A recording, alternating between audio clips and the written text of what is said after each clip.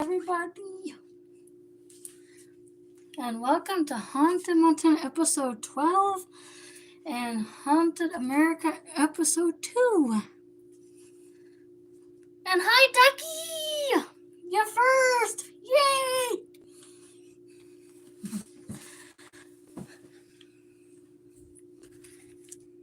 Oops. I almost dropped the phone.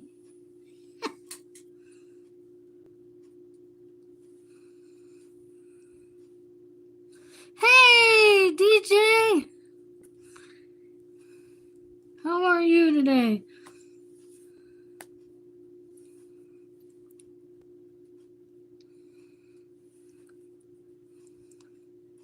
I'm still staying warm. My lava's still frozen. So I have to thaw that out. Awesome, DJ. I'm doing great too.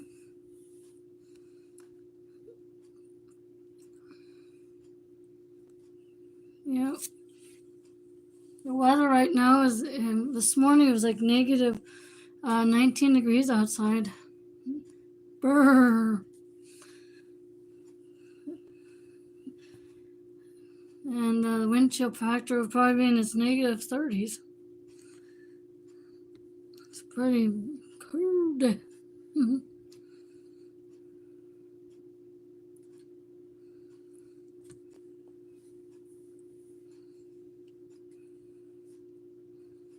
I was just also listening to music a while ago too.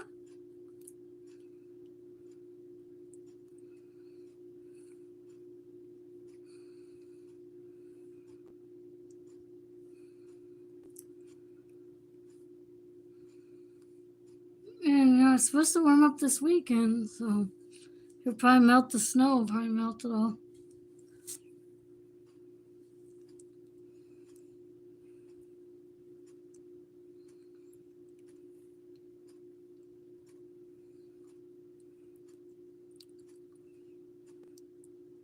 Where you live, it's like negative 14, DJ? Brr. Stay warm, my friend. Here, I'll send some blankets to you. Here's some blankets and some lava to keep warm.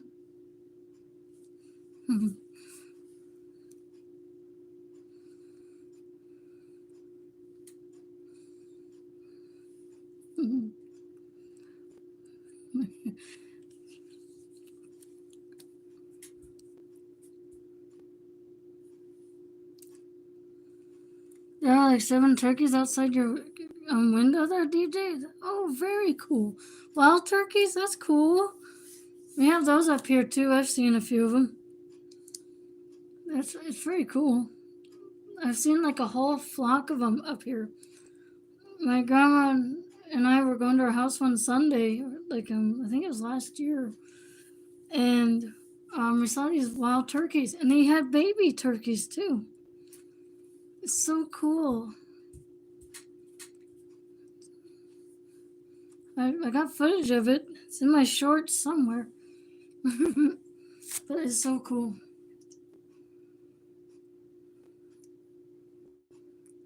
I've seen them. We have them up here.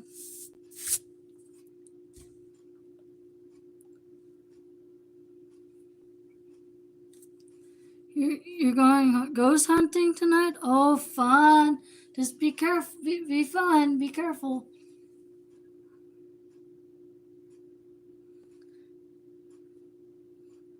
Be safe, DJ. You never know with a ghost, you know. What they might do. But be safe out there. And have fun. Are you going with make sure you go with a group in order to. Because that'll probably be the greatest amount of safety. So which haunted place are you going?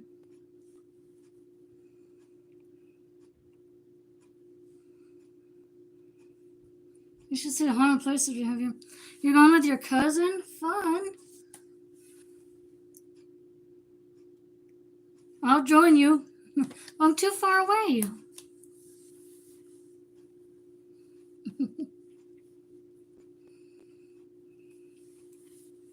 I'm sorry.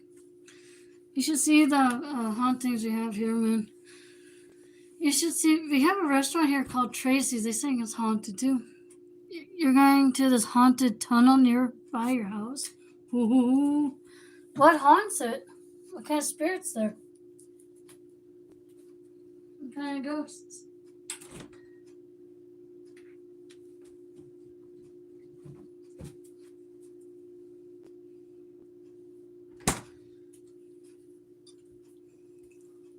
What's ghost of a little girl haunts it? Ah, I gotcha.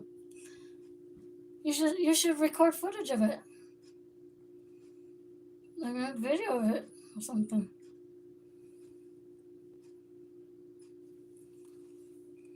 That'd be fun. But you know, ghosts are known to tamper with the battery on phones and recorders. And you're bringing a Ouija board, oh boy, be careful. Just be safe out there. I know some people that have used those things. You gotta be really careful of those. I'll be right back.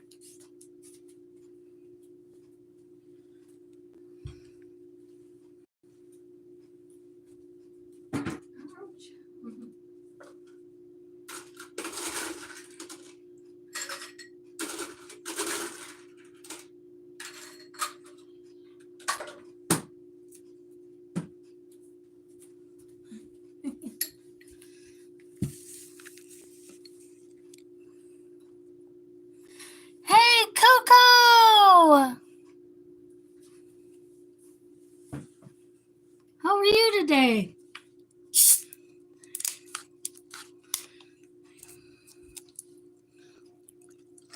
Look at that, guys. Coca-Cola. I wonder if ghosts would drink that. I don't know. You never know with them either.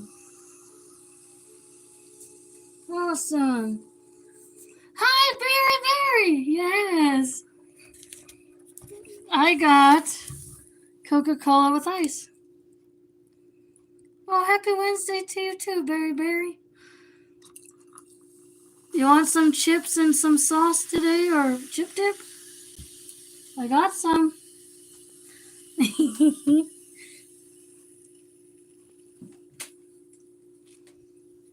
I got scoops. I got Rich still. You have some tikis? DJ, I want some, please.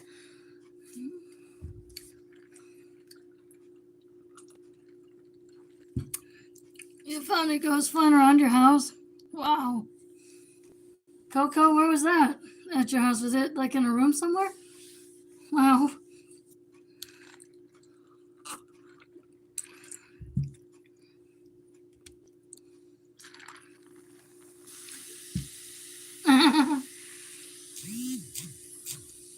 Let's see.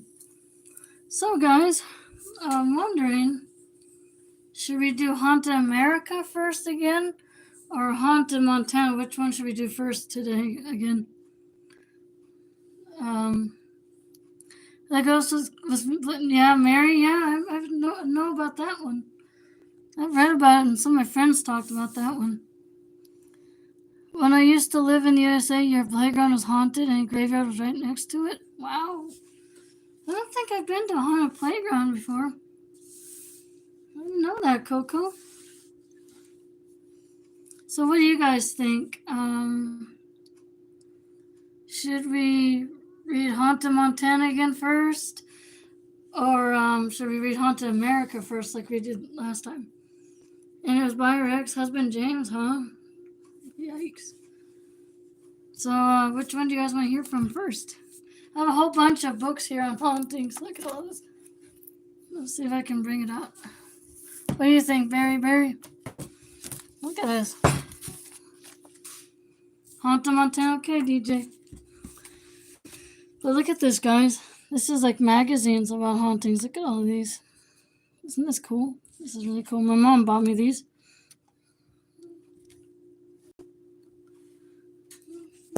Okay, Hannah Montana it is. Hey, Yankee Kyle, how are you today? Oh, we love you too.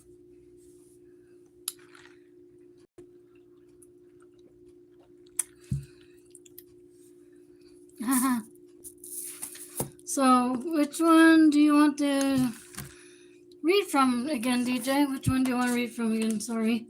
There's two of these. Which one? What do you guys think? This is this one here, and then we got this one as well.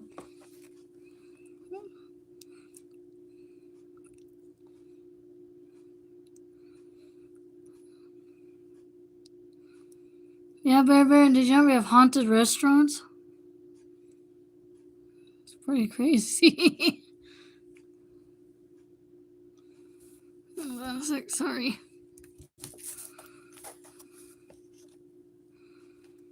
Which one do you guys think we should read next?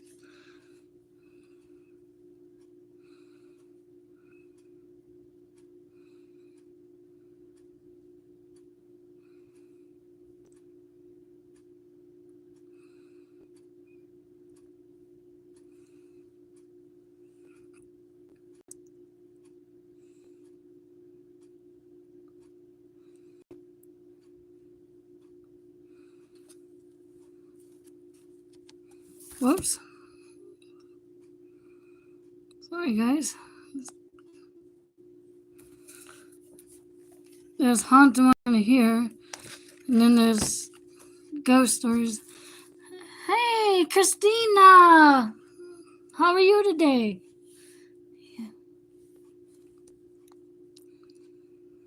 So, Christina, we're going to read some Hannah Montana here. And I'm trying to figure out which book should I read from this time. Either this one or that one. Oh, hi, Caveman! Oh, it's all good, thank you. I'm doing great, Yankee Kyle. How about you? It's snowing there, Christina? It's a cold day here today, actually. It's really cool. It's cold out. It's really cool, you know. I want to go outside, you know, Christina, but, you know, it's kind of been too cold for me to go out right now. Yeah, the Queen Mary is, Kyle. Yeah, it is. I read about that. Oh, geez. I think it was on Monday, I read about that. I think, yeah. Or last week or something. I'm trying to remember.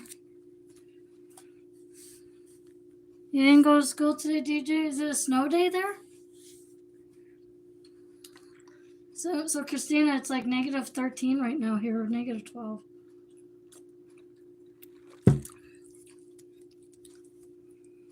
It's crazy. I want to go outside, but it's just too cold for me right now. I was thinking, guys, you know, the weather's supposed to cooperate on Monday, like in the 50s. I was wondering if you guys wanted to do Haunted Montana outside one of these times. Would you guys like that?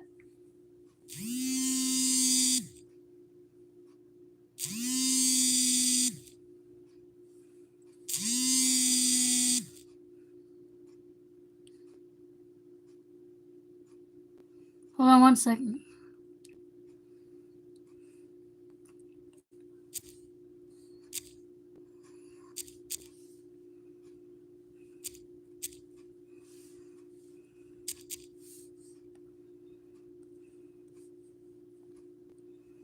Sorry. Hi, Waffles! And it was a snow day there, and your youngest did virtual school? Ah, like on the computer? Oh, thank you, Waffles. And you watched Sam and Kobe's video on the Queen Mary? Awesome. I should watch that. I should do that. How's it going, Waffles? I might need some sunshine, please, Waffles. It's cold.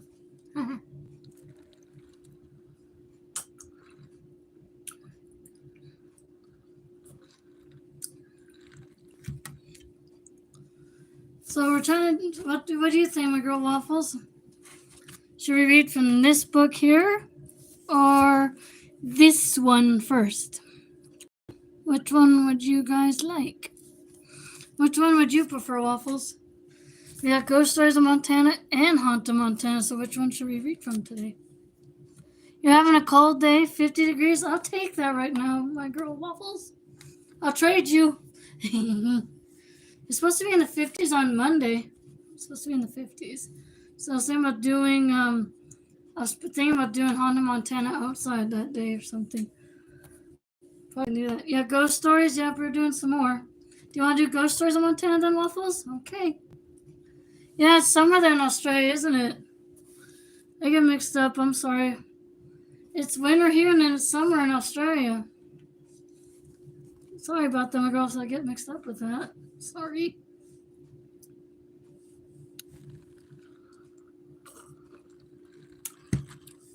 But, hey, I'm still figuring things out, and I'm learning things as I go. Oh, it's all good, Waffles. All good. So in Ghost Stories of Montana, let's see.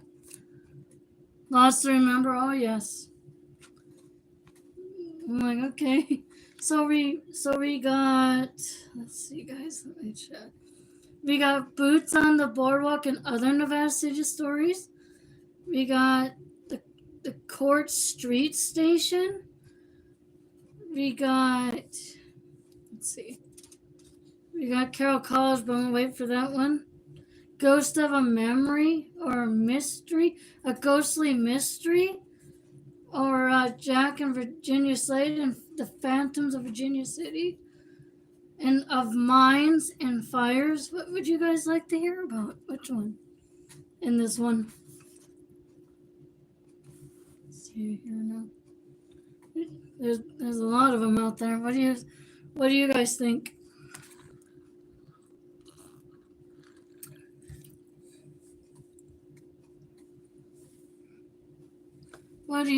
Which one would you guys like? There's haunted mines here too, they say. That's where we did the mining and stuff. Much love, Waffles! You guys are awesome. What do you guys think? Which one should we read first in this one? This one is in the Wild West. These Boots on the Boardwalk and all these other stories. And then we got Mysterious Montana with these stories I just talked about. Hey, Teej! Welcome in. How are ya? Anyone? Okay. How about, let's see. I'm trying to figure one out. Sorry. There's so many of them that are good, Don't scare me too much before work. Waffles, that's funny. I promise. We're doing some more ghost stories, Teej. How about Of Mines and Fires? Ooh, I wonder what's in this one. Is that a box? Oh, actually, Teej, that is Create Your Own Suncatcher Garden. And you can make sun catchers and put them in flower pots. And this will be a project this spring and summer. And I'll live stream this. So look at this. You get to make it like that. Isn't it cool? One of my relatives got it for me for Valentine's Day. And I'll live stream this. But you get to put colored dirt, and then you get to put these here. It's really pretty. And I love sun catchers. I paint those for gifts, and I give them away as gifts.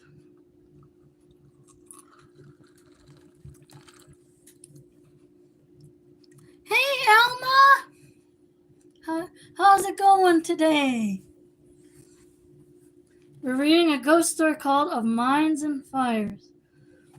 And it's Haunted Montana again. And Elma, by the way, I'm gonna be live streaming my suncatcher garden. I'm gonna make this this spring and summer. And I understand, Elma. Prayers to you, sis. Yeah, I'm right here for you.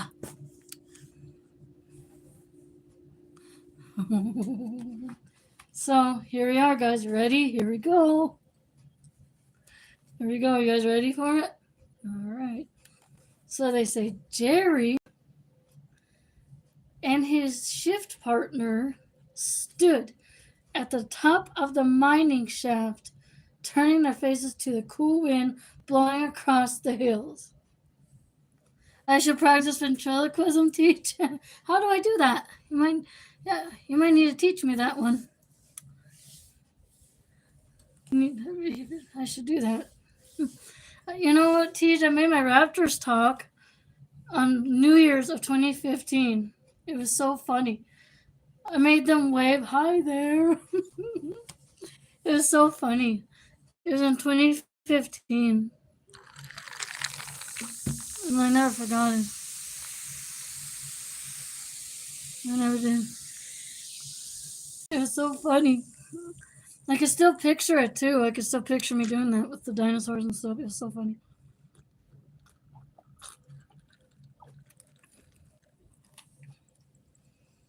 So it says the ship rumbled up from the depths.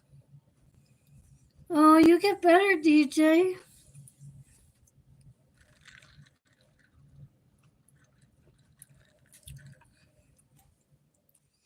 So this is what the shift manager said.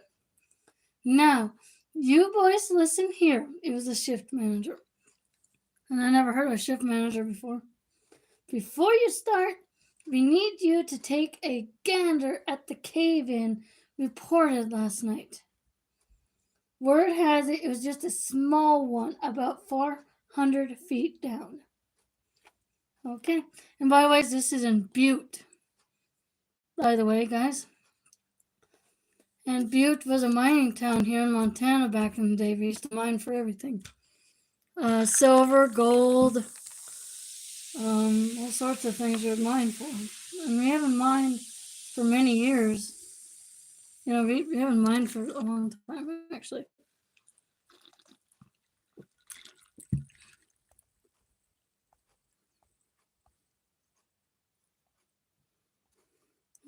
Uh-huh. You know, DJ, and also 7-Up or Sprite or Tums can help your stomach get better. It can help.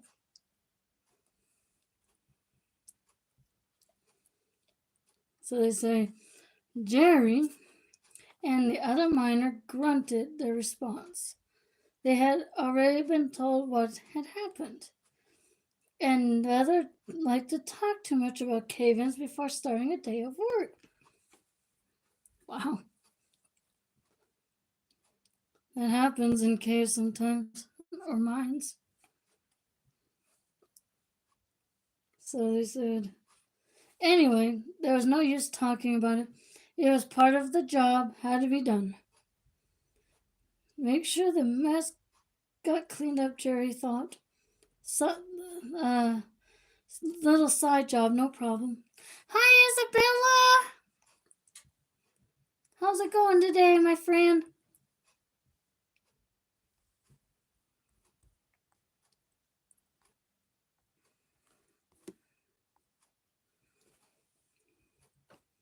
And Berry, by the way, we still have snow on the ground. It might melt before the week is over.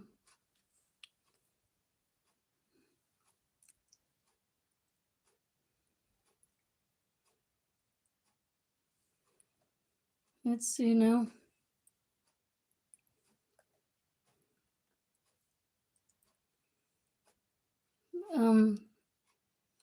The lift came to the surface with a bang and a clatter, and the two miners got on in silence, followed by the shift manager, who slid the gate shut and took the controls.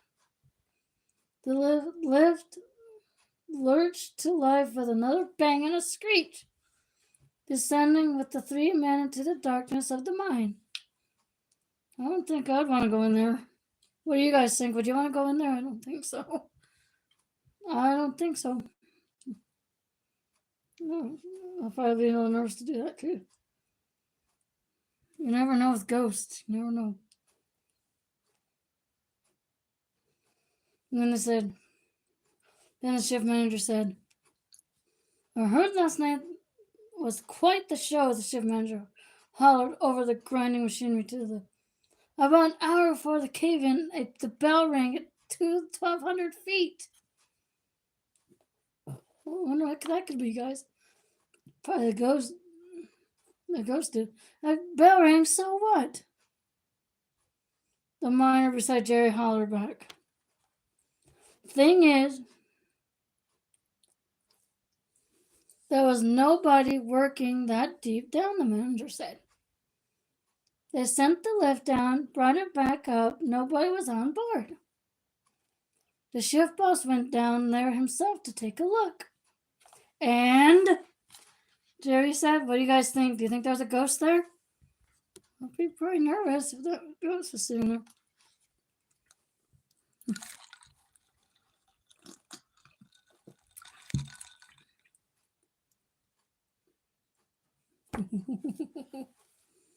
So they said, well, all I heard was that the man came back up tight-lipped and strange, the manager replied.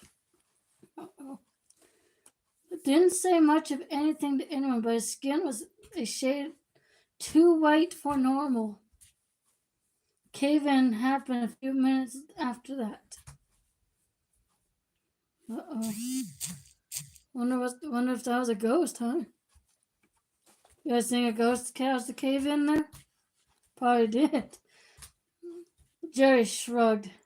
He'd been a miner for most of his life, having worked in the Maritimes and the Appalachians before moving west.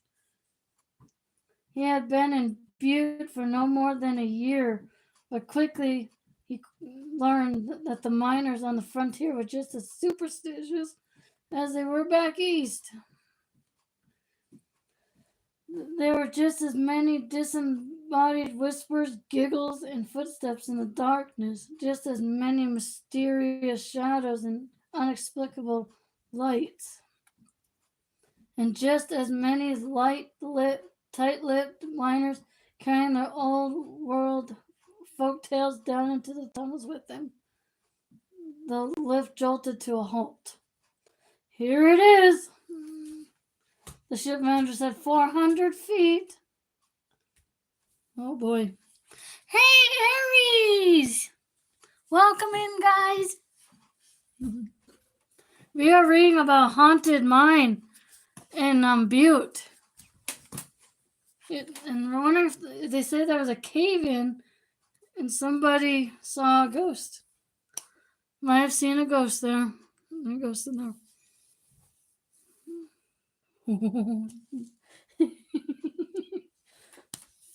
Why the ghost caused the cave-in, I don't know. And then they said that gone crazy. And hi to Hadley and Ava, by the way, guys.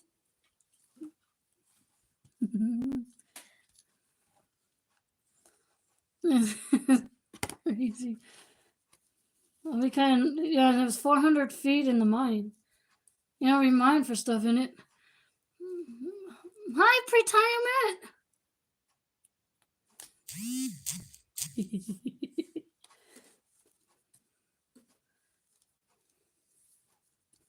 Let me see. And then the three men stepped off the lift and immediately saw that something was wrong. And then they immediately saw that something was up. So they said there were no lights on. The bulbs lining the tunnel wore out, and the path ahead was absolutely dark, swallowing the feeble light of their 3 headlamps. So when you go down in a mine, guys, you have to wear like a headlamp or something. You know, wear it. So you know when you mine and stuff like that. What in the heck? Jerry's mining partner asked. Anybody saw anything about a short? Kind of like short circuit. Oh, it's all good, Alma. Much love.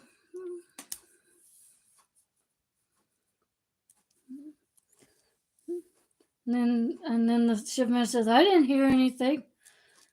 And then also speaking lowly as though the pitch black was some kind of wild beast he dared not to provoke.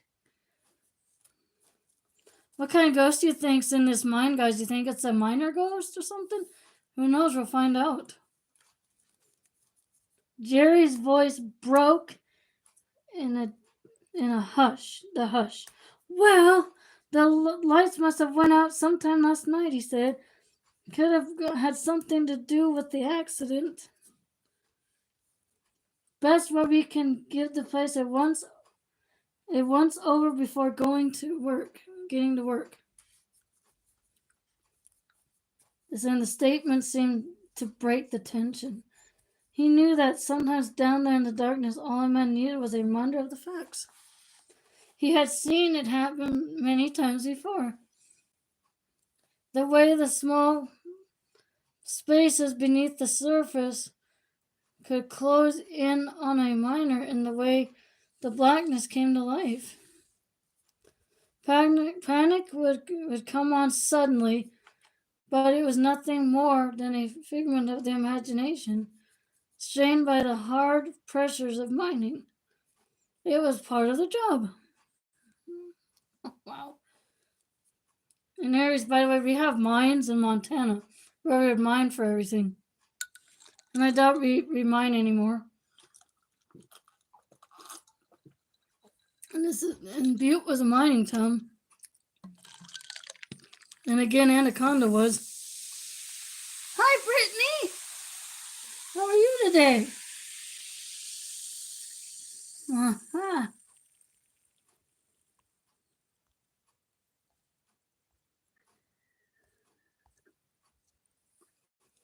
Let me see here now. Let's see. So they said, let's get to it then. The shift manager spoke up. It studied once more. The trio stepped from the cage into the black of the unlit tunnel, picking their way carefully through the darkness. I am doing great, Brittany. You still got snow, by the way, on the ground. You still got it. Probably ghost dance in the snow, too. You never know. You never know it. You never know. Let's go. So they said they walked in silence for 30 or 400 feet when the lights of their helmets revealed the most unexpected sight. A mold of rubble and splintered timbers blocked the way, the cave-in from the night before. The men of the previous ship had left it there untouched. Well, will you look at this? The ship manager exclaimed. Them darn fools must have been right drunk or plain to leave their mess lying there. Someone's going to hear about this, and I mean right now. Oh boy, he's not happy. You had to turn on the AC over there, Brittany? I have my furnace running, by the way. I have my furnace. We are barely above 0 too, Aries. Right now we're at negative 13 or 12 right now. And I think the wind chill factor is in the negative 30s, I think. I think that's it. But I mentioned earlier, it's supposed to warm up this weekend. It's supposed to warm up. It's supposed to. It's supposed to be in the 50s on Monday. Furnaces produce the best heat. Yeah, they do. You used to love staying in front of your grandpa's furnace as a kid? Oh, awesome. My lava's frozen, Elma, in areas that frozen lava balls. Frozen lava balls now. Uh-oh. Uh-oh.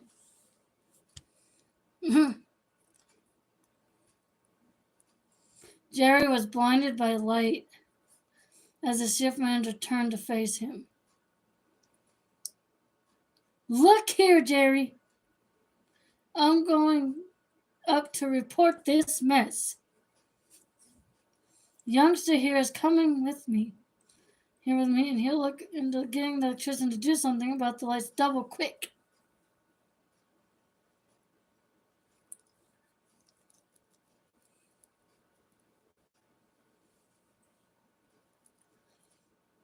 Here, guys, lava to keep you all warm. Here you go, guys. Here's some lava to keep you warm, guys.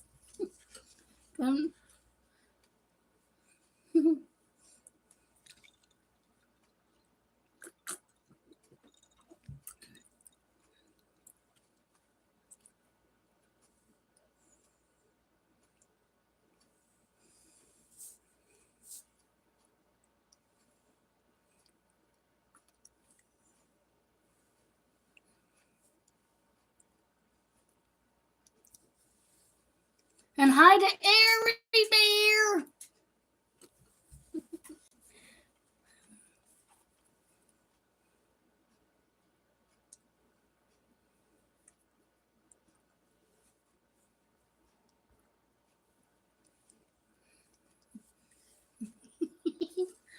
And you guys are getting me too cold. It's a lot warmer here, there. You got an electric blanket on me? Cool. My mom's got an electric blanket. No, actually, my grandma does, actually. My grandma has an electric blanket.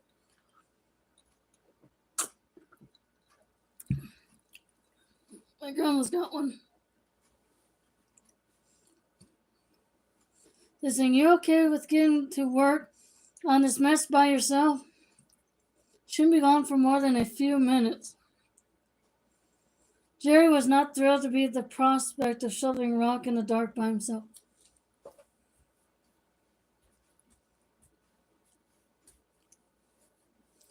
But he wasn't about to object. It was part of the job, after all. Sure, he grumbled. Just don't take your sweet time about it. No way I'm going to clean this mess all by myself, he said.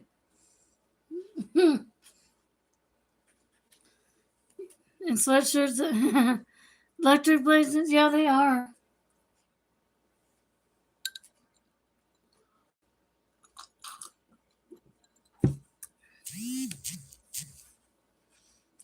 The ship manager assured Jerry that they would be back before long, and after handing him a small battery-powered lantern, he turned back toward the lift, leaving the young miner behind him. Don't worry about the dark either, the ship manager called back. The lights ought to come back on before we get back down. Then the two of them continued into the darkness, leaving Jerry there alone. Grumbling under his breath, he switched on the lantern, laid it on the ground, and started moving the rubble. I'll be scared to be in there by myself in the dark. I'll be scared to death. I'll be really scared if I was left in there. It's scary, huh, guys? Then they said he heard the lift clambering up the shaft, and then all was quiet, save the crunch for his shovel into the rock and the steady cadence of his labored breath, he said. He concentrated on the work, doing his best not to dwell on the fact that he was in a tunnel alone 400 feet underground. He was a miner, after all. It was all part of the job. I don't know if I would want to work in a mine, but like they say, it's part of the work. Yeah, they do. Brittany, yep. They do. And they say, evoking simple tenets of his ever-present work ethic lent him a little comfort until The silence in the tunnel was broken by a faint sound of timber popping from somewhere behind the rubble. Excuse me, I'm so sorry, guys. Not the most comforting to sound to miners. Nope. But neither it would have been too uncommon. Jerry looked weary at the walls, swallowed hard, and kept shoveling. No sweat, he muttered. The lights will be back on in no time. As though on cue, his vision began to flutter. For a brief, panic-stricken instant, he thought he was going blind, and then he realized that both his lights, the one on his helmet and the one on the lantern on the ground, were flickering on and off at exactly the same time. Well, that's scary, isn't it? And then he said, impossible, he told himself. There was no way both lights could be doing that. And it was even less possible for their circuits to be failing simultaneously. But they were, like someone had them, both connected to a single switch and was flicking it on and off. You guys think ghosts are causing this? I think so.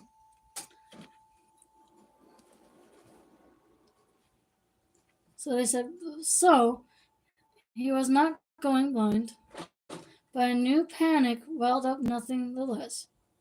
He strained up in the strobing tunnel with the shovel hanging lumpily at his side, trying to keep his thoughts together amid the completely disorienting flashing.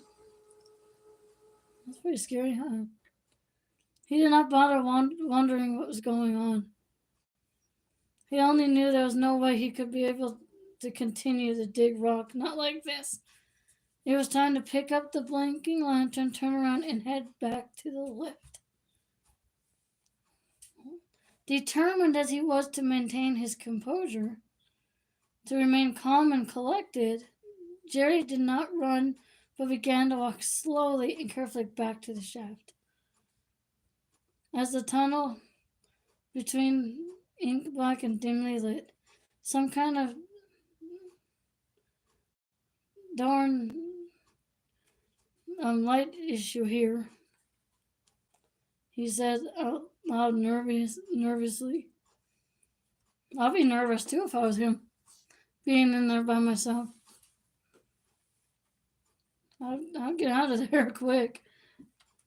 But, I'll probably record the ghost, but I don't know. His voice was strained and sounded almost foreign to his own ears. And then there was another sound coming from the tunnel behind him. It was the sound of water splashing. Oh boy. As the footsteps were treading through the puddles. Impossible, he thought, turning to take a better look. He had worked this mine for a while now, and knew for a fact there was no water in these tunnels. He also knew with even greater certainty that it was physically impossible for anyone to be behind him. Oh gosh.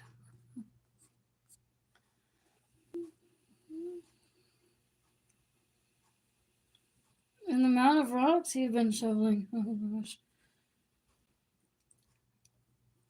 He spun around anyway, squinting into the still strobing tunnel, looking for whatever made that noise. There was nothing but the empty tunnel. What the heck is going on in this place? Jerry muttered, jutting his head back and squinting. Oh, it's all good, Aries. Thank you. You guys are the best. It's all good. I don't know if I want to go in a cave like this one, but, probably I would, but there's a ghost in it, I'll probably run out of it. They're saying, what if he has missed something? What if there was a man hurt back there? Is anybody there? He finally called out. He held his breath and poised on the balls of his feet, leaning forward toward the direction of the sound. Oh boy. He heard nothing else. He continued on to the lift until the next moment a heavy hand dug its finger into his shoulder. I'll be creeped out about that. In an instant, everything changed for Jerry, and he couldn't believe his eyes. And then hovering in the air before him was a man.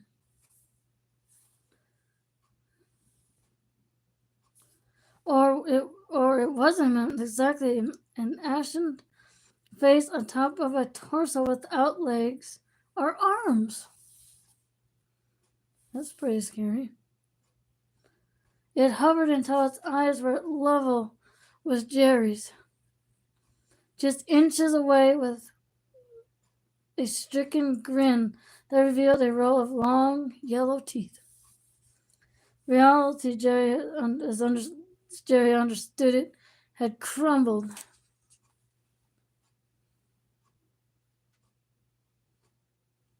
For a second, he was paralyzed by fear.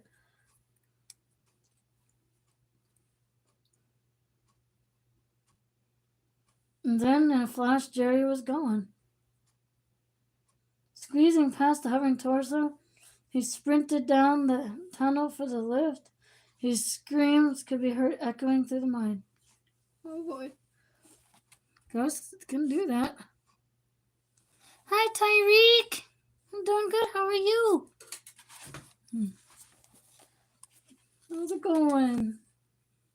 We're reading about a haunted mine in Butte. That's where we mine for things.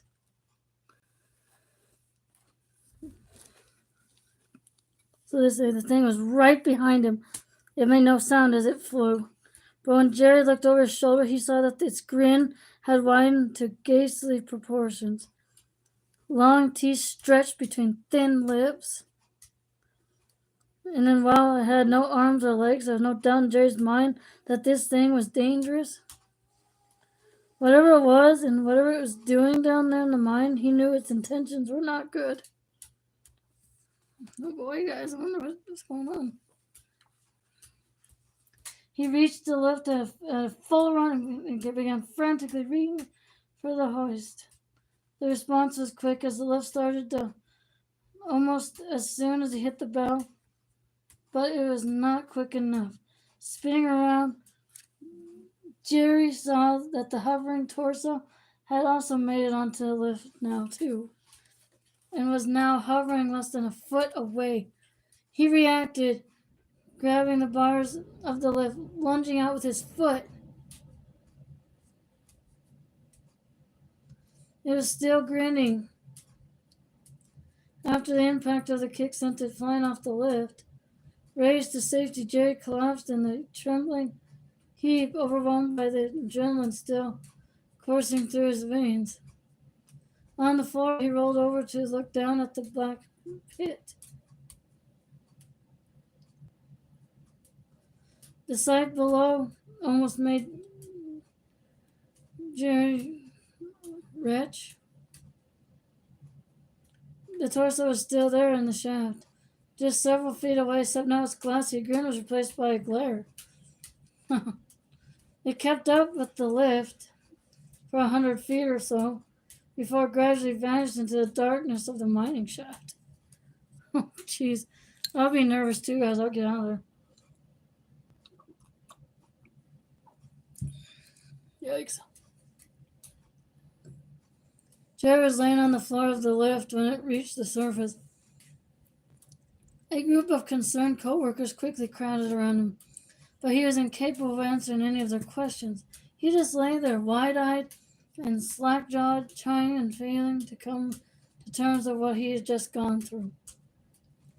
He was never able to put the incident behind him. He spent the next few weeks in a hospital bed, not saying a word to anyone about the torso in the mine.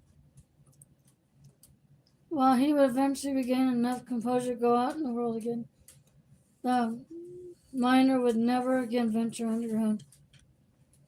He spent the rest of his time in Butte working as a watchman for one of the mining companies. I don't blame him. I'd be scared if I could. Jerry became known as a very quiet man after his experiences, climbing up when people asked him about what happened. But he must have told at least one person what he saw. For the story eventually became known throughout the town, reported by a Finnish miner named Nyland in the pages of Scribner's magazine in May of 1934. So this happened in the 30s. I didn't know it was happening in the 30s. I thought it happened like probably 40s maybe or more. Who knows? You never know with it. And then they said the tale of Jerry and the flame torso was not the only one to emerge from the mines of Butte, the city that owes its existence, as well as the lion's share of its tragedies, to these subterranean enterprises. The first miners arrived in the 1860s. First miners. And this scattered of desperate fortune seekers who set up their operations along the hills and gulches of the future town site. Wow. Crazy, huh, guys?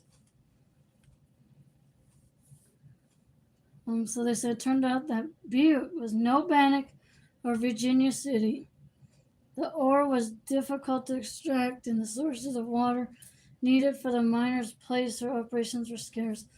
But by the way, Bannock, guys, if you're new to it, it was a town here in Montana. Well, it was actually our capital before Helena.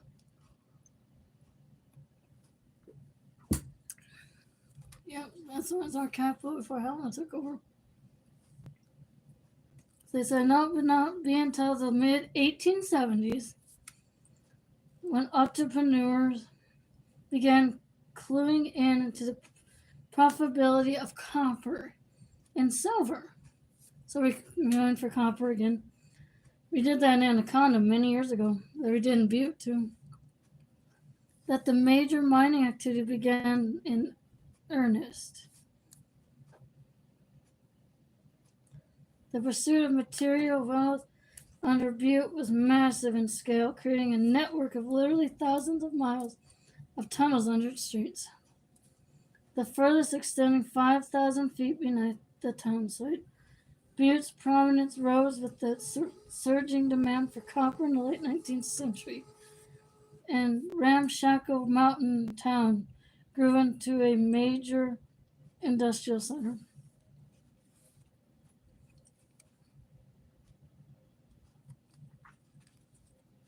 So they said, in this sense, Butte was one of the great success stories of Western settlement. But the achievement came at enormous cost. A fortune came out of the mines, but so did environmental degradation. Such as the infamous toxic slough called Berkeley Pit, and the labor conditions had miners facing the dangers of cave-ins, fires, explosions, and electrocution and rock dust inhalation. And like practically every mining town across the United States, Butte would see its share of industrial calamities. So guys, this is Berkeley Pit in Butte here. It's not open anymore, but this is what Berkeley Pit looked like. This is the mine here. The EPA is trying to neutralize that water in Berkeley Pit because it got toxic from the mining that people did back in the days. So they're still working on trying to neutralize that water still, trying to neutralize it.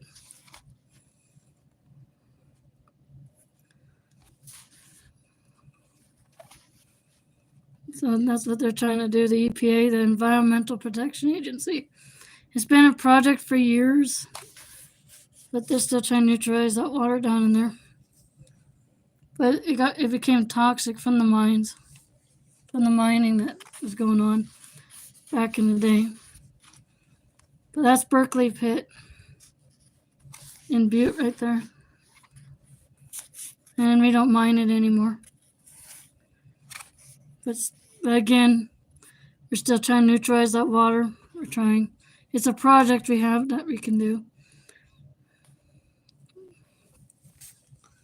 This thing, the worst hard rock mining disaster in the United States occurred in Butte. Uh-oh. It was June 8th, 1917, when an underground lamp in the Granite Mountain shaft of North Butte Mining Company's specular mine flared up, setting the tunnel's electrical insulation ablaze. Oh no, I didn't know about this. The fire spread too quickly. Noxious gases flooded the mine. By the time rescue crews were able to get inside, there were a lot to collect.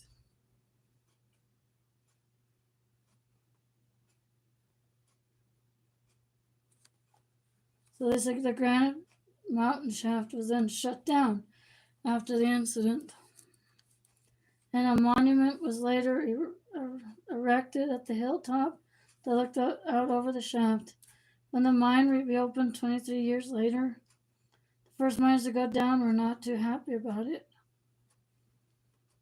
The stories began to circulate about the spirits' unrest, the mournful spirits and the whispers in the dark, the shadows moving sluggishly against the great darkness. That's pretty scary. So that was Butte, haunted Butte for you. That's the first time I read about a haunted mine before. What do you guys think of that? Pretty cool. Weird, huh?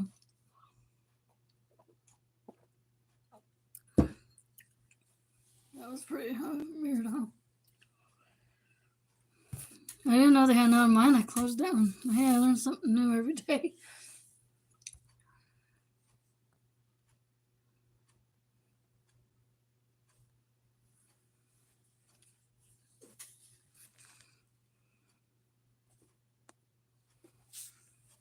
Oh, very weird, huh?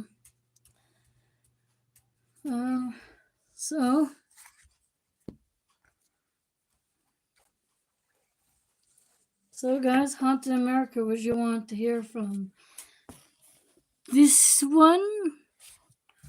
Or this one? Or this one? Or this one? Or do you want this one? For Haunted America today, which one would you guys like?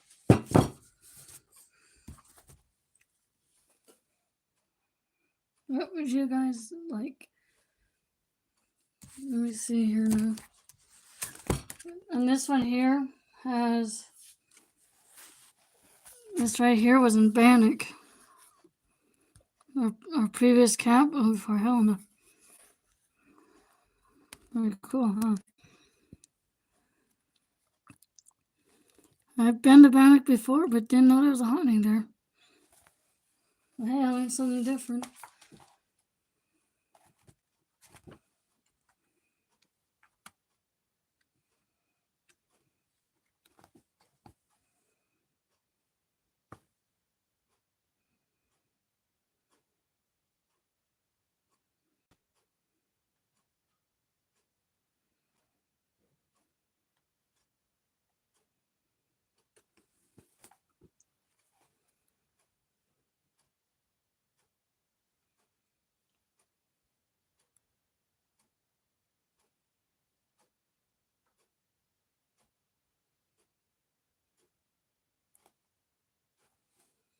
Very weird, isn't it?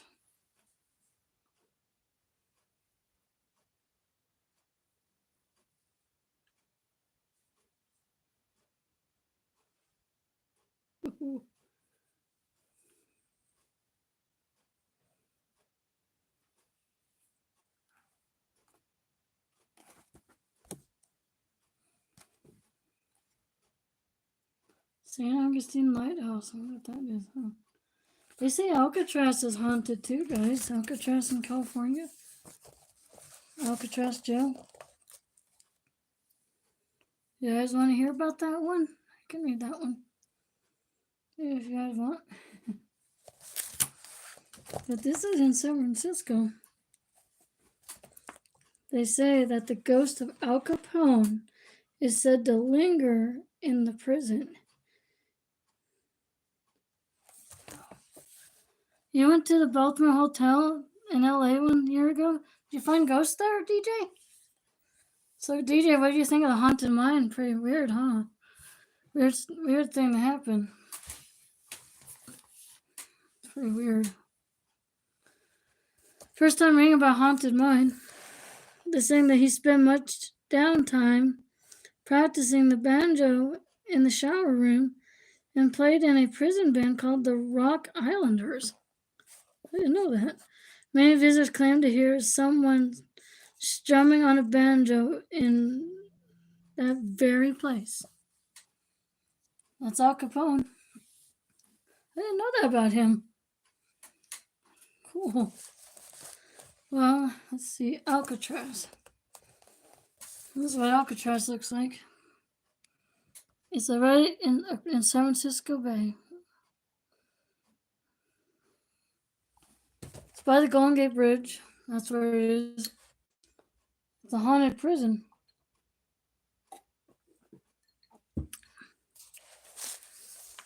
They said for thousands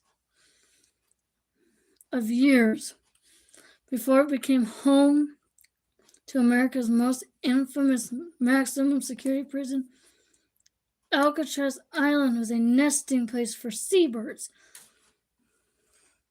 Wow, I didn't know that. And they're saying that in 1775, Spanish explorer Juan Manuel, who first mapped San Francisco Bay,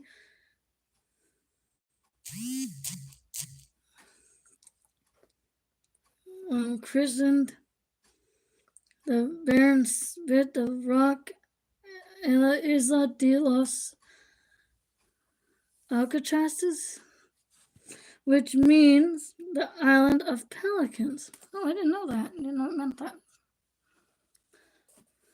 Wow. This is when California became a state in 1850. President Millard Fillmore issued an executive order reserving Alcatraz for military use. The Army first built a fortress on the Bird-filled island, but eventually began using the site for a detention facility. The Federal Bureau of Prisoners assumed control of the 22-acre island in 1933. I didn't know this. I'm learning some new things as I go, guys. Wow. They say for over the next 29 years, U.S. Penitentiary Alcatraz gained infamy as the toughest jail in the country. They're saying it was remote, separated from the mainland by frigid, tide-ripped waters. Penitentiary officials claimed that no one ever successfully escaped, though 5 of the 36 men who attempted to do so were never found and presumed to have drowned in the choppy waters, probably. And it was scary. Occupied by some of the country's scariest criminals. One of the most was sent to D Block, which includes several cells used for solitary confinement. Oh boy. It's pretty scary, huh? Among Alcatraz's most well-known inmates was Chicago mobster Al Capone, who spent most of his prison sentence there. Other fellow gangsters include Mickey Cohen, George Kelly, and Barnes and Ellsworth Bumpy Johnson, and the Godfather of Harlem. Also did time on the Rock. Robert Stroud, known as the Birdman of Alcatraz, was a prisoner on the island for 17 years. He was serving a life sentence and he came to Alcatraz in 1942 from the federal penitentiary in Leavenworth, Kansas, where he had been incarcerated since 1912. Wow, that's a long time. That's a long time. In Leavenworth, he became renewed for his study of ornithology and published a well-regarded book on the diseases of canaries. So I love birds. Prison officials, though, did not care for the filthy conditions he created with his collection of birds. Wow, he collected birds too. I didn't know that. And they shipped him to Alcatraz, where, as a resident of D Block, he would no longer be allowed to keep him. So Alcatraz ceased operations in 1963, hampered by expensive operational costs and structural decay. It opened as a tourist attraction in 1973, but retained its atmosphere of eerie menace. Yikes. Yikes.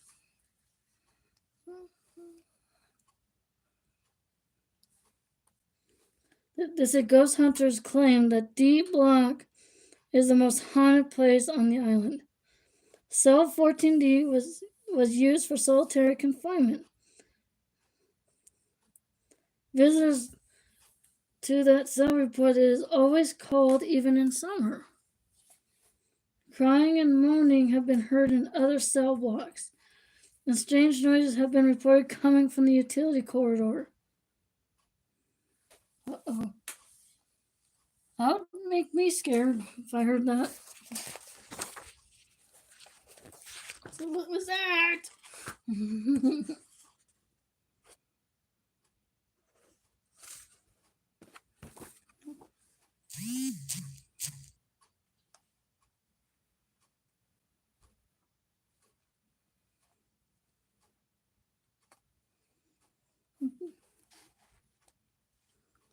And if there's a Baltimore hotel I think is haunted too. I'm not sure. I gotta find that. It's probably in here somewhere. Let me see if I can find that for you. I'll try it.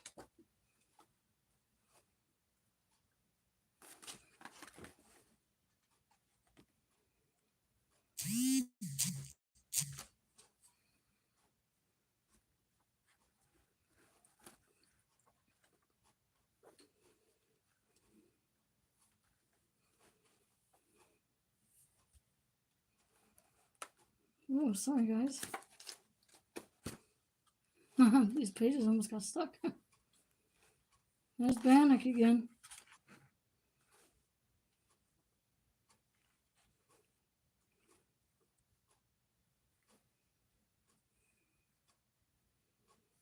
And there's Virginia City again.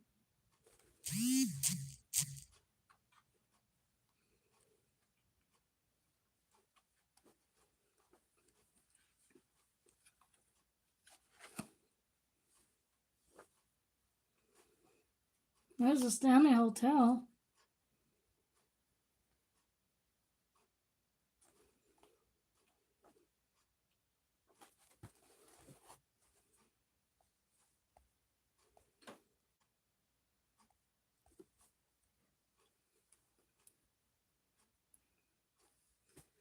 What's another ghost, guys? Let me see now. There's haunted hotels.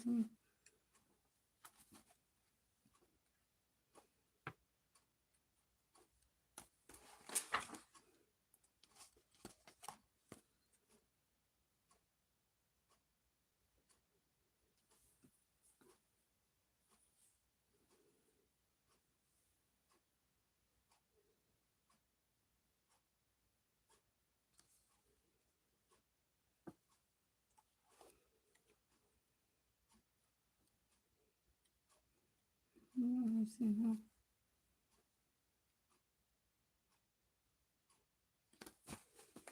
Dang nabbit.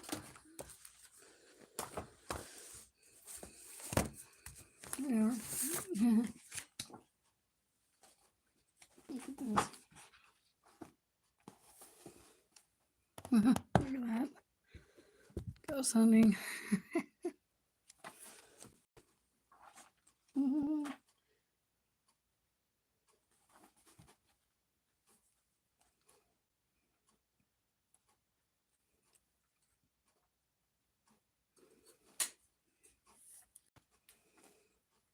Sorry guys, I'm trying to find the haunted hotel here.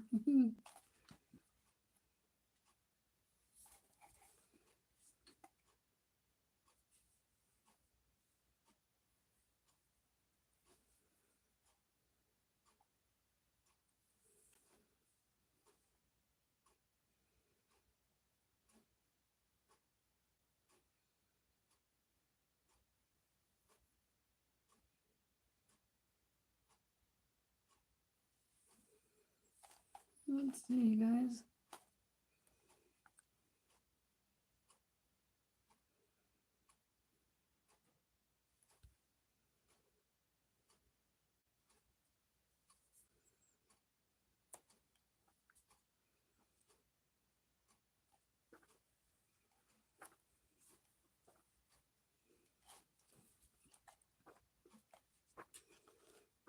Yikes. Yikes. You guys want to hear about the Stanley Hotel? That's where that hotel was in Shining. That's pretty scary, isn't it? I can read that one too.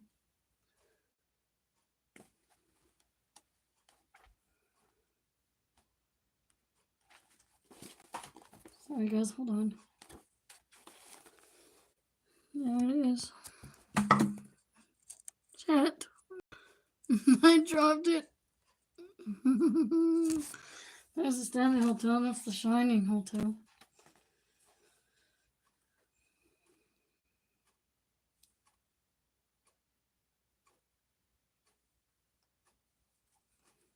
What the heck?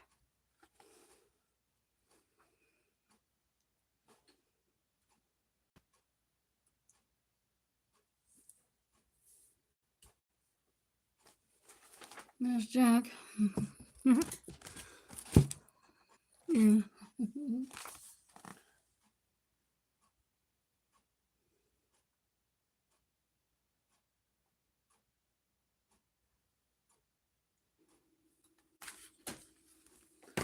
Anyway.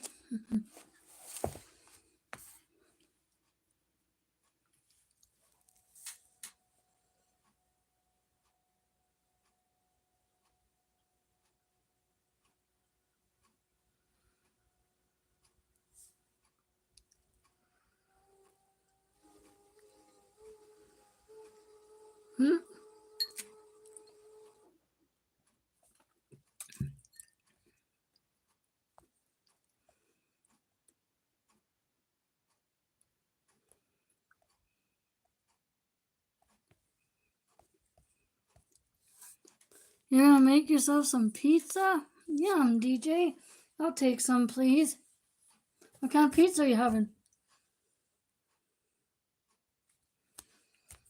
I love pizza.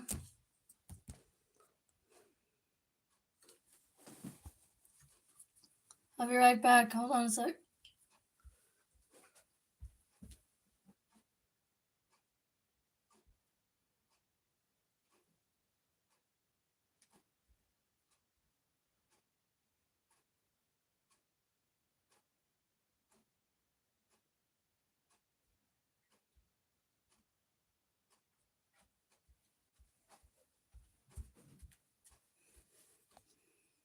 Hold on a minute.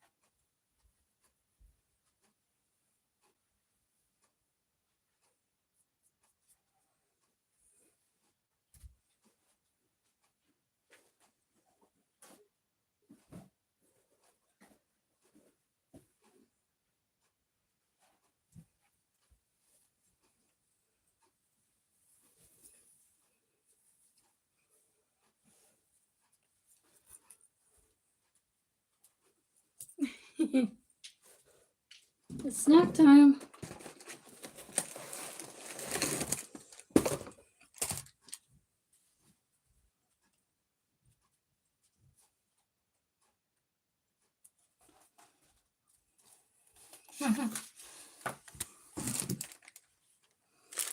No, here's mine.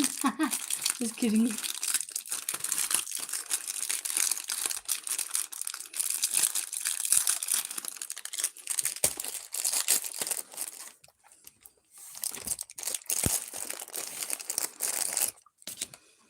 I got some crackers, DJ. You want some? Here you go, you guys. Yum, yum, yum.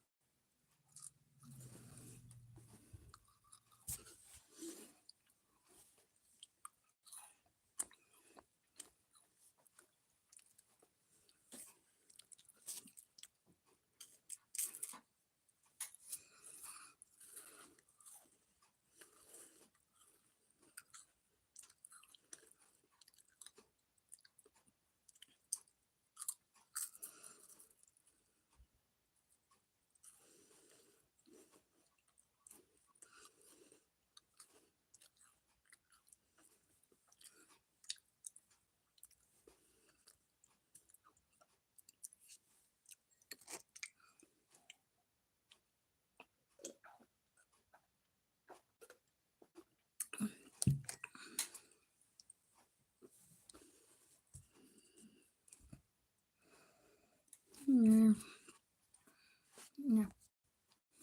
Yeah. Hi, Corey's Outdoor Adventures.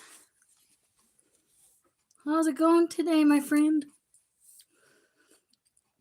We read some Hunter Montana a while ago, and we read some Hunter America here. Yeah.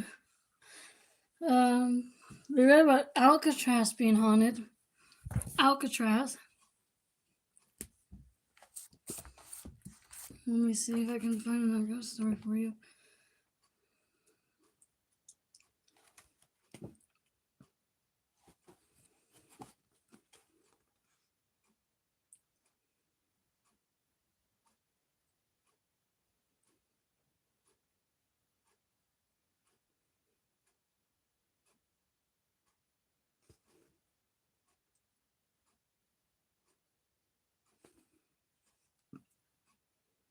A Christmas Carol. The Haunting of Hill House. Never heard of these. Oh, thank you so much, Corey's Outdoor Adventures. Thank you so much. Franklin Castle. I wonder what that's all about. Do you guys want to read another story? You guys want to read another one? Oh, awesome, GJ. I just had some crackers. Do you guys want me to read another story? You guys want another story? You can read another one. You can read another one if you guys want. St. Augustine Lighthouse. Huh.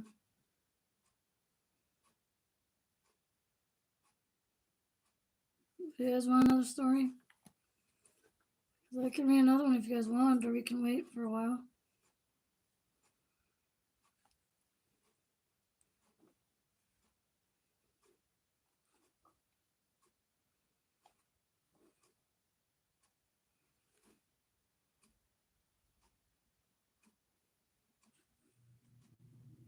There goes the furnace again.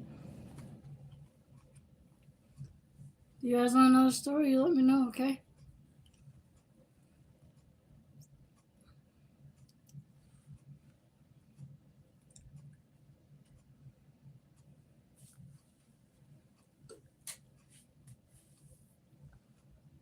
Here's a picture of Bannock again, guys, if you want to see it. This is a Montana thing. That's what Bannock looks like. I read a ghost story in Bannock once. Well, that's Bannock right there. Very cool, huh?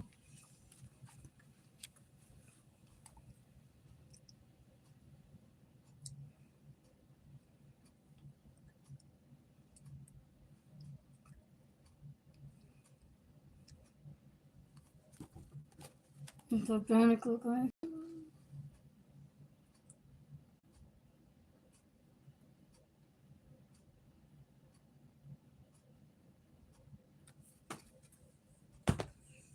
Let's see now.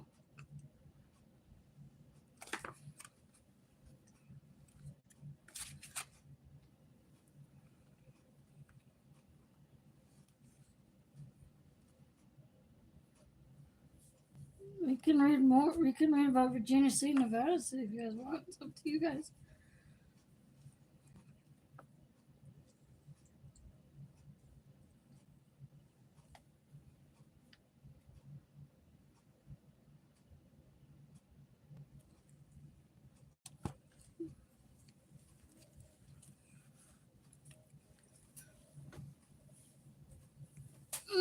Sorry, guys.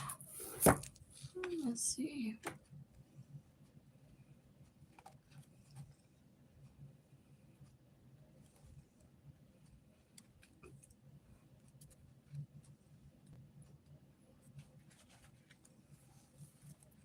You guys want to read one more story? If you guys want to, you let me know, okay? Because I can read another story if you guys want to.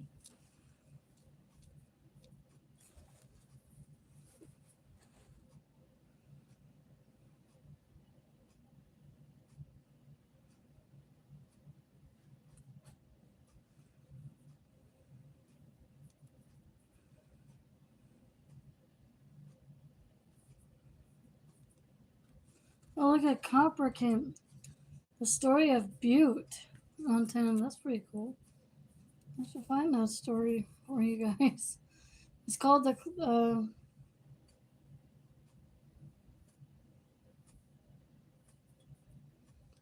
It's the people's story of the richest hill on earth during its wild and wide open heyday. Uh-oh. I should probably get that book too. What do you guys think? Should I get that book too? I'll get that one for you.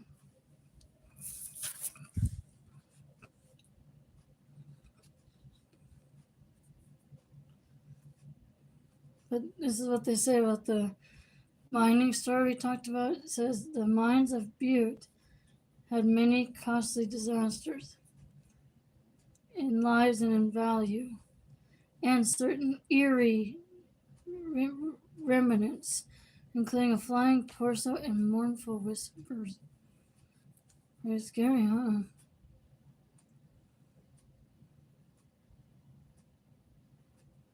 Oh, so cool.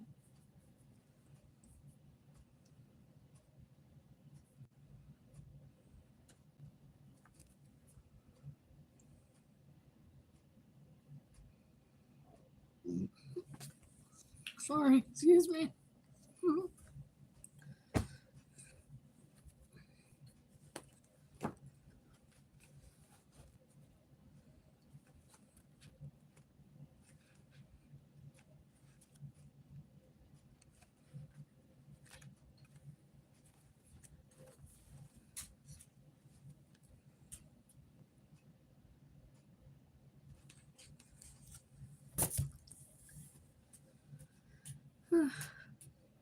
I'm gonna go check the laundry, guys. I'll be right back, okay?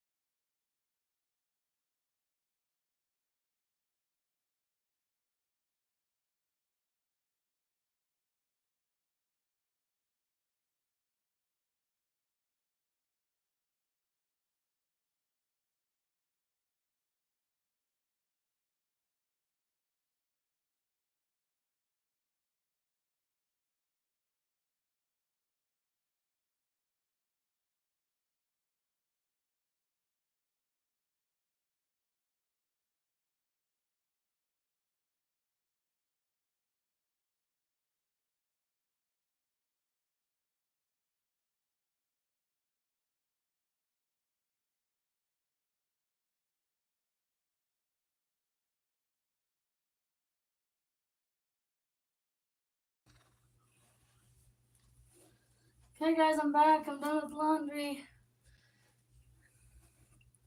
I'm done with that.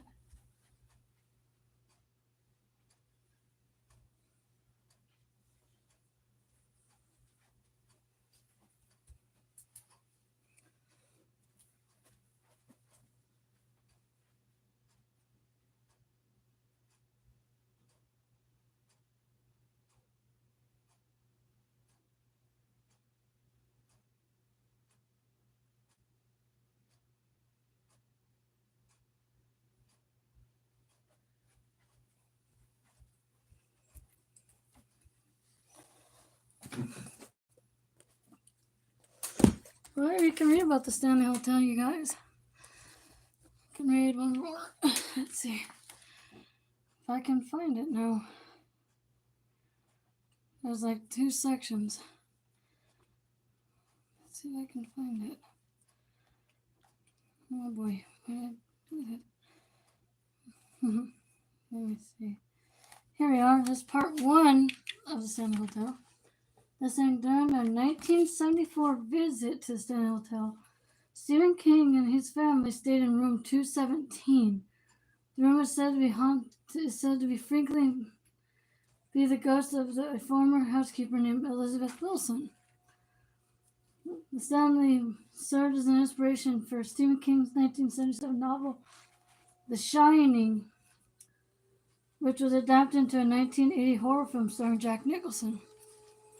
There you go. Oh, thank you for coming, DJ. I appreciate you coming by. You have a beautiful day, my friend. Thank you. It's all good. Let's see. Oops. So they're saying, and so then they talk about him and his wife. Stephen King and his wife in 1974, temporary relocated from Maine to Boulder, Colorado. So Stephen King, who already wrote Carrie and Salem's Lot, was trying to come up with an idea for his 3rd book. So this is his 3rd book, The Shining. Didn't know that. So on the advice of his friends, the Kings journeyed to the Rocky Mountains to stay at the Stanley, a sprawling resort hotel located 7,500 feet above sea level. Wow. But when the couple checked in, they discovered they were the only guests there. The Stanley was shutting down for the winter time.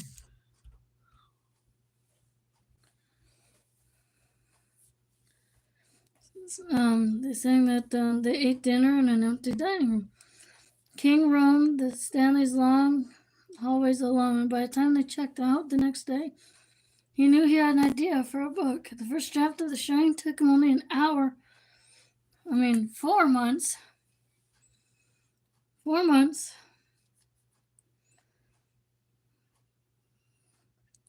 To finish, and became his first hardcover bestseller. Wow. King's inspiration was no accident.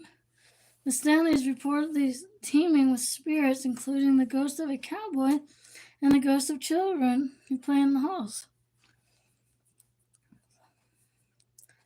The ghost of the hotel's builder and inventor,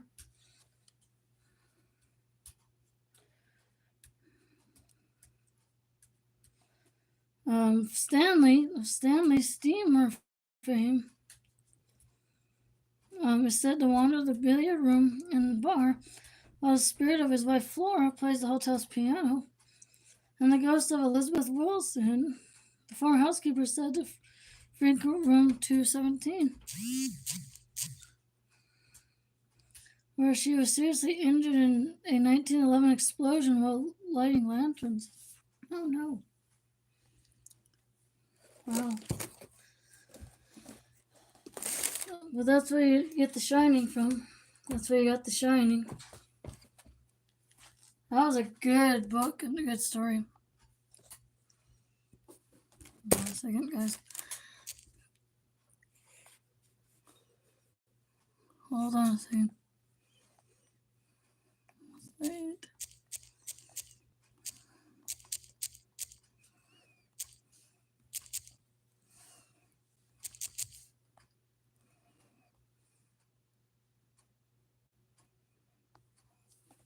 There we go.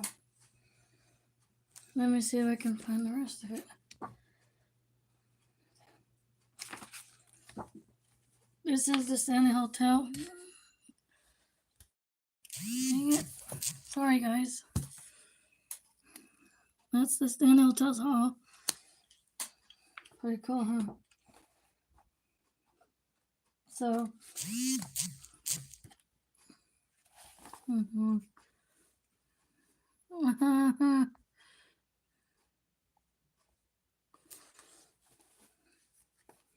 so, and then they said there's more. It was opened its doors in 1909 as a grand colonial revival style property. Wealthy entrepreneur Freeland O. Stanley spared no expense in constructing his namesake resort, and it showed. Opulent in every room fashion, the 140-room hotel attracted the elite and influential, even President Theodore Roosevelt stayed there. Oh, I didn't know he stayed there.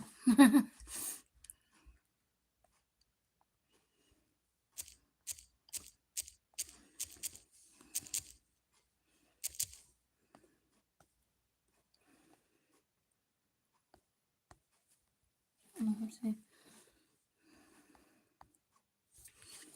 There we go. Then they said that, they've checked in the presidential suite. I didn't know that. They said that night the author dreamed that a scary force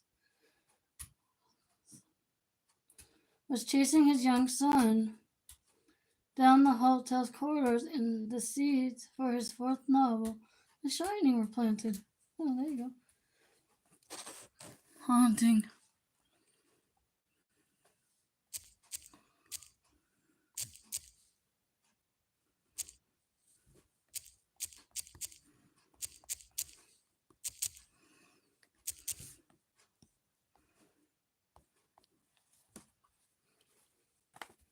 And they said the Stanley Hotel served as the inspiration for it, as the Overlook Hotel. That's what they call it in the novel. A snowbound site where spirits in the past drive winter caretaker Jack turns into madness. And I've seen this movie. Like its fictional counterpart, the Stanley is not without phantoms of its own. Apparitions of him and his wife Flora have been spotted on the grounds. In fact, they think it's hard to stay at the Stanley without encountering some sort of supernatural phenomenon. The ghosts are simply part of the experience. Well, they're saying that it's no wonder the property, which now sits on the National Registry of Historic Places, is the top haunted list. Wow. It's pretty impressive.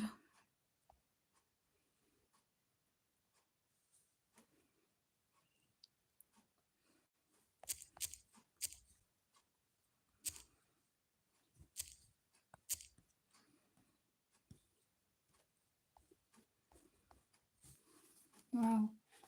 So here's the stairway. The Stanley right there. Weird, isn't it?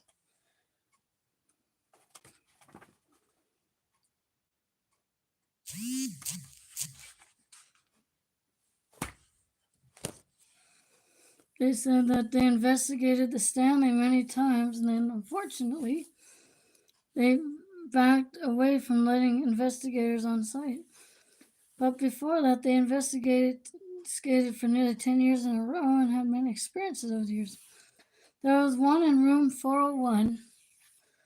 We were in there investigating, the doors kept sliding open on their own. Someone knocked on the door at one point, and we ran to get it. There's no one there or even in the hall.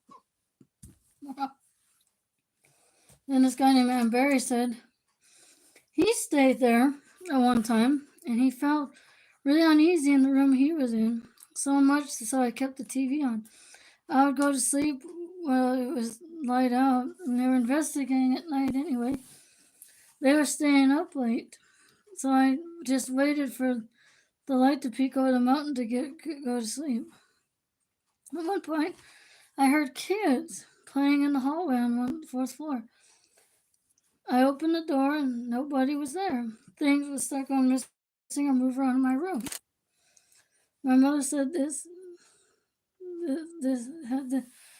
has the superstition. She said, if you feel like somebody's in your room, take your shoes and turn them the opposite way toward each other, heel on toe, toe to heel, and put them at the end of your bed. It'll keep anything away. So they did that and put my shoes ended up underneath the middle of my bed. They had been pushed all the way under the bed. Ghosts, I tell you, they do weird things. And then they said, then it's like Amy Bruni, I think her name is. She said there was a time when she was investigating in the carriage room. She was investigating, and they were all sitting still, and suddenly they heard footsteps run across the dirt floor and stop right in front of them. You can feel someone standing there so loud. You could hear these footsteps. You actually had them recorded, and we were able to capture some of those on video at the time. Wow. I'll be kind of nervous. Mm-hmm. Then this guy, Barry, that's his name, the paranormal investigator, he said they went back a few months later and he was investigating with a group of people. They were communicating with someone who could literally answer questions about my routine of the day. I asked yes or no questions like, did I leave the TV on all the time? They would say yes. Somebody was there watching what I was doing and interacting with me. I asked questions that nobody in the group would know, only me. And it would answer them spot on. Exactly. Wow. And then Amy said, this is what she also said, we were in the administration building where everybody worked. They're all sitting there around the table and it literally lifted up off the ground a good inch or two and then fell back down. And then there was this heavy table. There was another point where people were investigating in the theater area. This actually got caught on film. There were stacks of chairs and a chair leapt off and flipped over and crashed to the ground. What is that ghost up to? Then Amberry says, this is another thing he said. We've also had doors slam right in front of them on command. Apparitions have been seen in the balcony area. You can hear people walking around. It might be a janitor, it might be this ghost they call Lucy. The thing to remember about the Stanley is that it's old. It has history, and there have been tons of people in and out of that space. Wow. Wow, guys. Wow. Then Amy, another thing she said was hotels tend to be haunted because so many people go in and out. And over the years, things happen there. People pass away. Yeah. And then they say also some people believe that a hotel might have a lot of really precious memories for someone, and they may have been returning because they have such a strong emotional attachment to it. People always ask where would I haunt if I were ghost, and I usually say Stanley Hotel because it's beautiful. There's a spa and there's a wine bar. Of course, I would haunt it. And then Adam, another thing he said about the hotel was, if you get a choice to go back at any point in your life, you would go back to the happiest time. You've seen spirits do that kind of thing. Whether it's a schoolhouse or a home or hotel. And I'm going to Disney personally. And then Amy says, yeah, me too. And then he says, we're haunting that haunted mansion for real. Wow.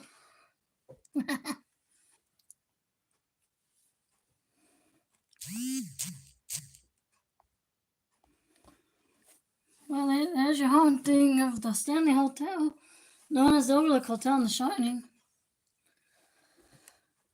I've seen The Shining. It scared me.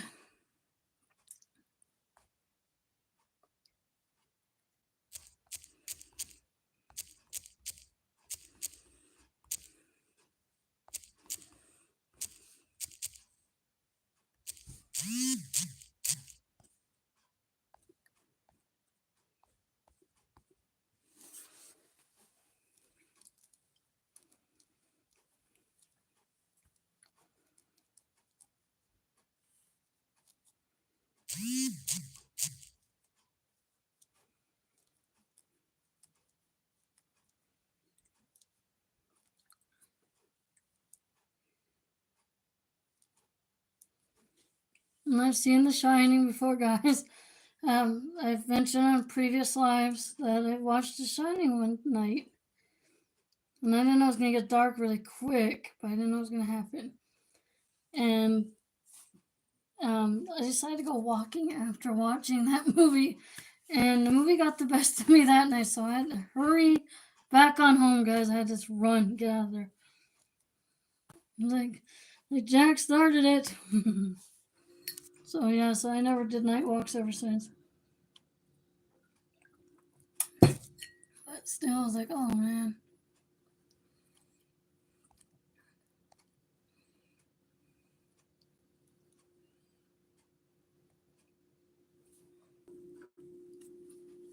What the heck did my phone just do? I'm sorry, guys.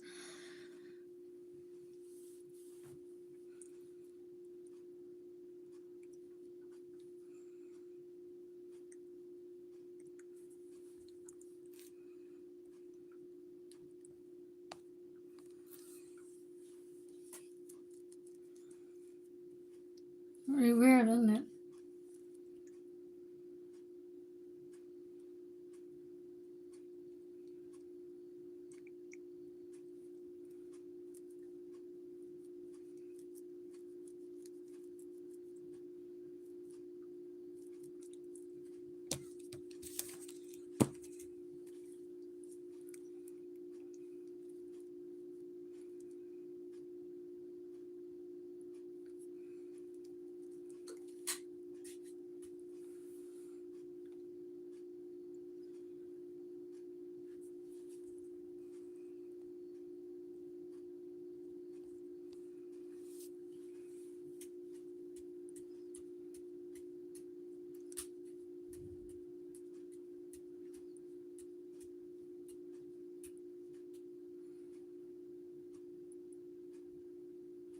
Hey, Paulzilla. Welcome in, my friend. I just read about the Stanley Hotel being haunted. Pretty weird.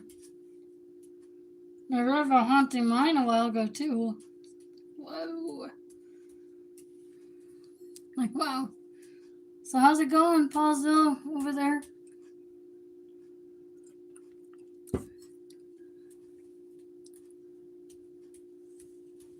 It's going on 4 here, too. You are looking at a Create Your Suncatcher garden. I'll be doing that as a project this spring and summer. I'll be doing it. I'll be live streaming that. That'll be like a spring project to do. But one of my relatives got this for me for Valentine's Day. And I could show you guys, make like a short after I'm done with it. Like a video of it, but isn't this cool? Like it even has colored dirt there and cold as heck. Yeah, I want summer too, Paulzilla, I understand. I get it. But yeah, look at it. It has colored dirt. And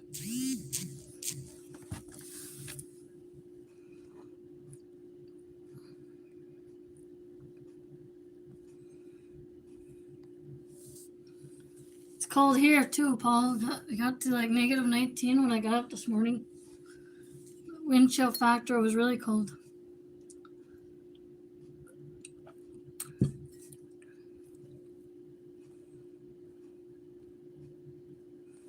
Well, right now it's negative 8 right now. Brr.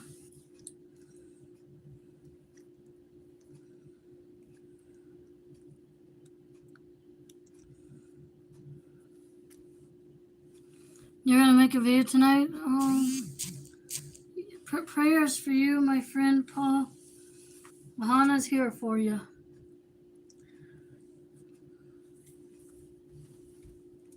I get that.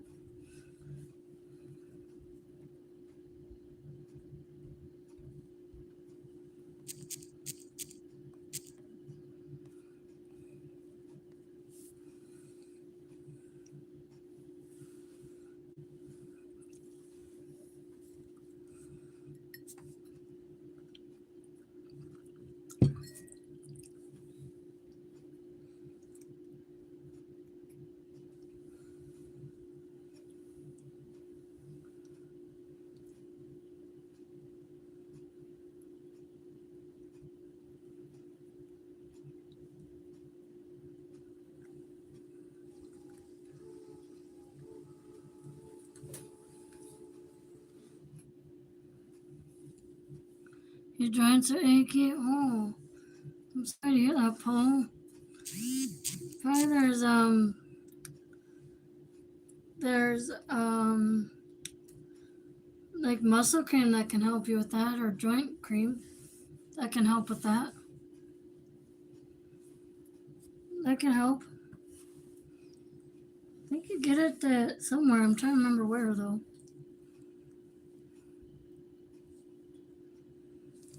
I'm trying to remember though where you get it from.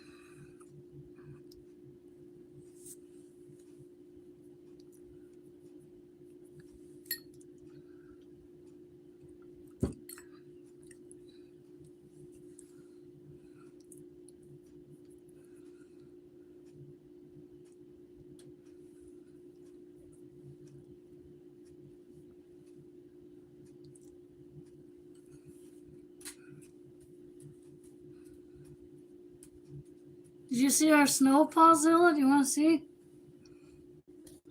Here, I'll show you the snow we got.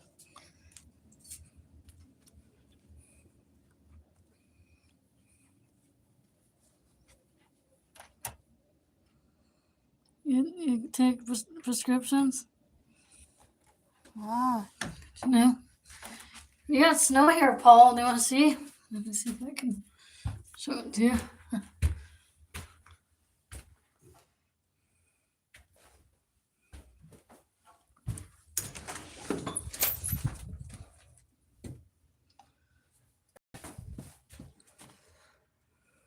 Look at that. This is all the snow you've been getting.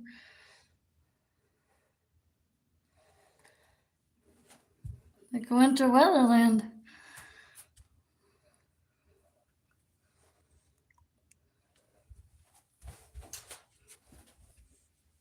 Yellow snow. Remember what they say? Do not eat it.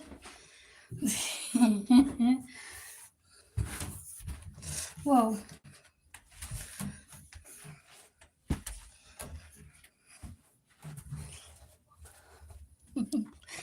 Anyway.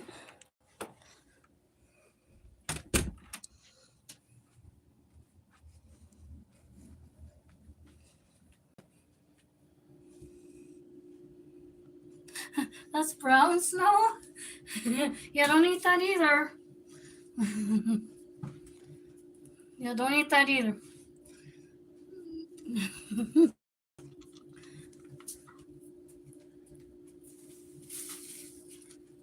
Yeah, you don't eat that.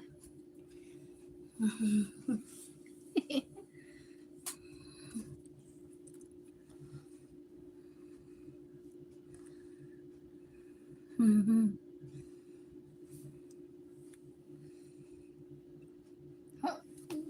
Brown, yellow snow.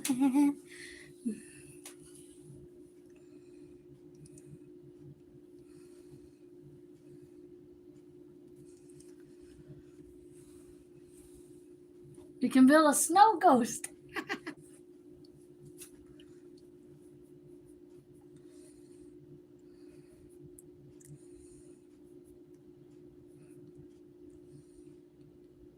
Mm-hmm.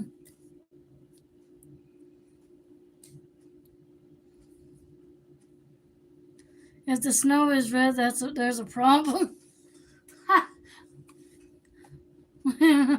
That's funny. What kind of problem? What kind? You know, there's a movie called Snow Sharks. I gotta watch that still. It's another shark movie I gotta watch.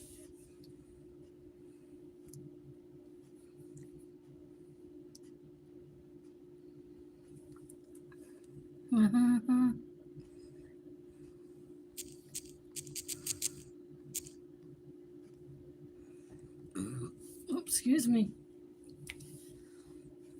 Sorry.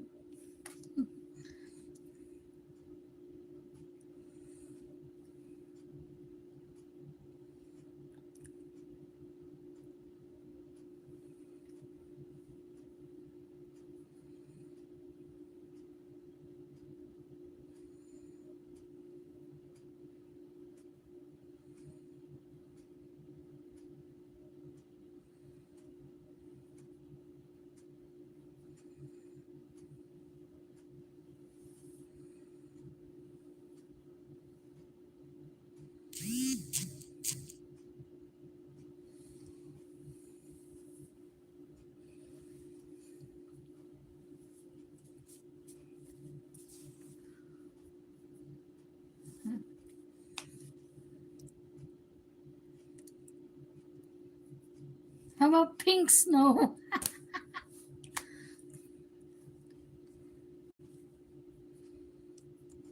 I watched a movie called Ice Sharks.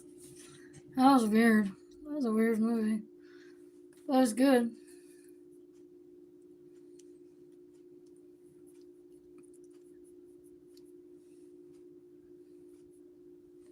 Does the stream just freeze? I think it's time to face the camera. Oh, I was texting my mom back. She's getting some food. She got some pizza for today. My phone was whiz popping.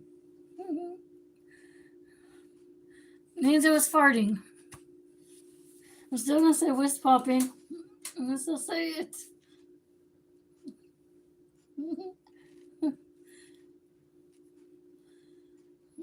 Got you.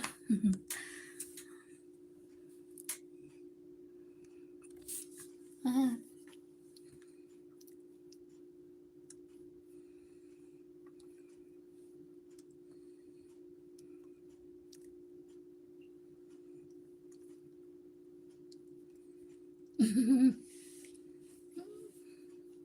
gonna still say that word.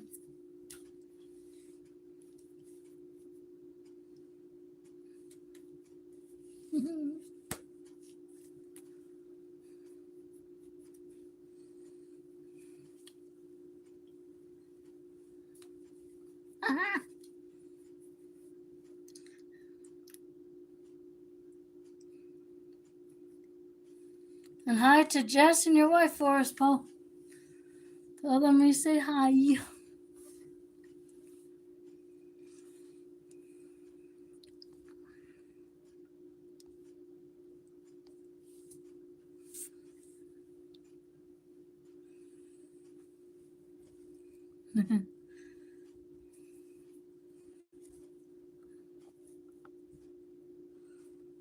And Paulzilla, I got chips and dip. You want some? I'll share.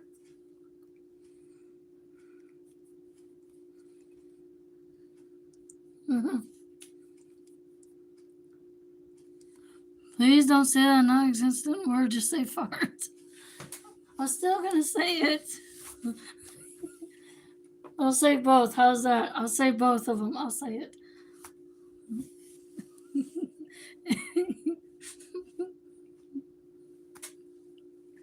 You should talk to my teacher about that one. Still, it's just so funny. She taught me that word. She thought it was better than farting for some reason. I don't know why. I don't know. It was funny though. It's like, oh, jeez.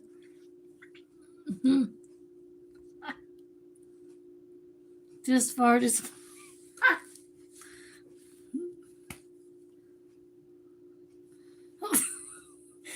Hi there, the Gypsy and Vanilla Gorilla. Oh, it's a word my teacher taught me, whiz popping. I'm like, what?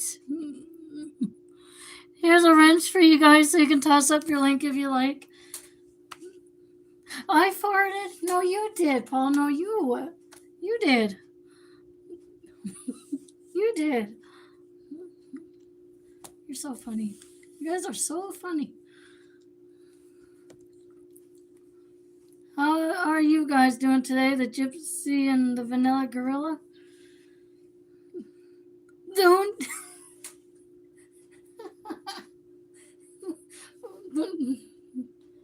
You do too. Paul's, you do too. I've heard it.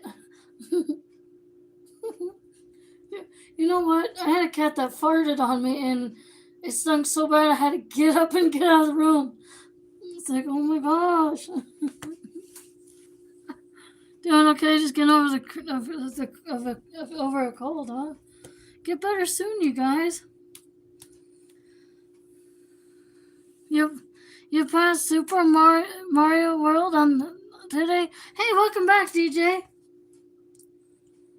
How was your pizza? I'm gonna have pizza tonight for supper. But oh my gosh.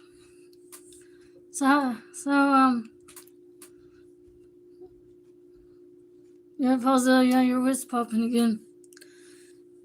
I keep saying it.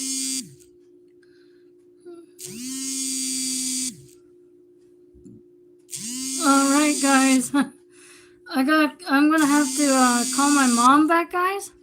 But I appreciate you guys for stopping by. I gotta call her back, see what she's doing. So she's off work now, I think now.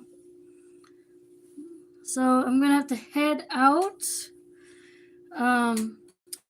I appreciate you guys for stopping by. I appreciate you all. I'm gonna have to call her back and see what she's up to. So you guys have a beautiful day or night wherever you're at. I love you guys. I just gotta call mom back, see what she's doing. See you guys later. Bye, guys. Have a great day. I'll see you guys on the next one. Bye. It's great seeing you all. I love you guys. Ahana forever. Bye.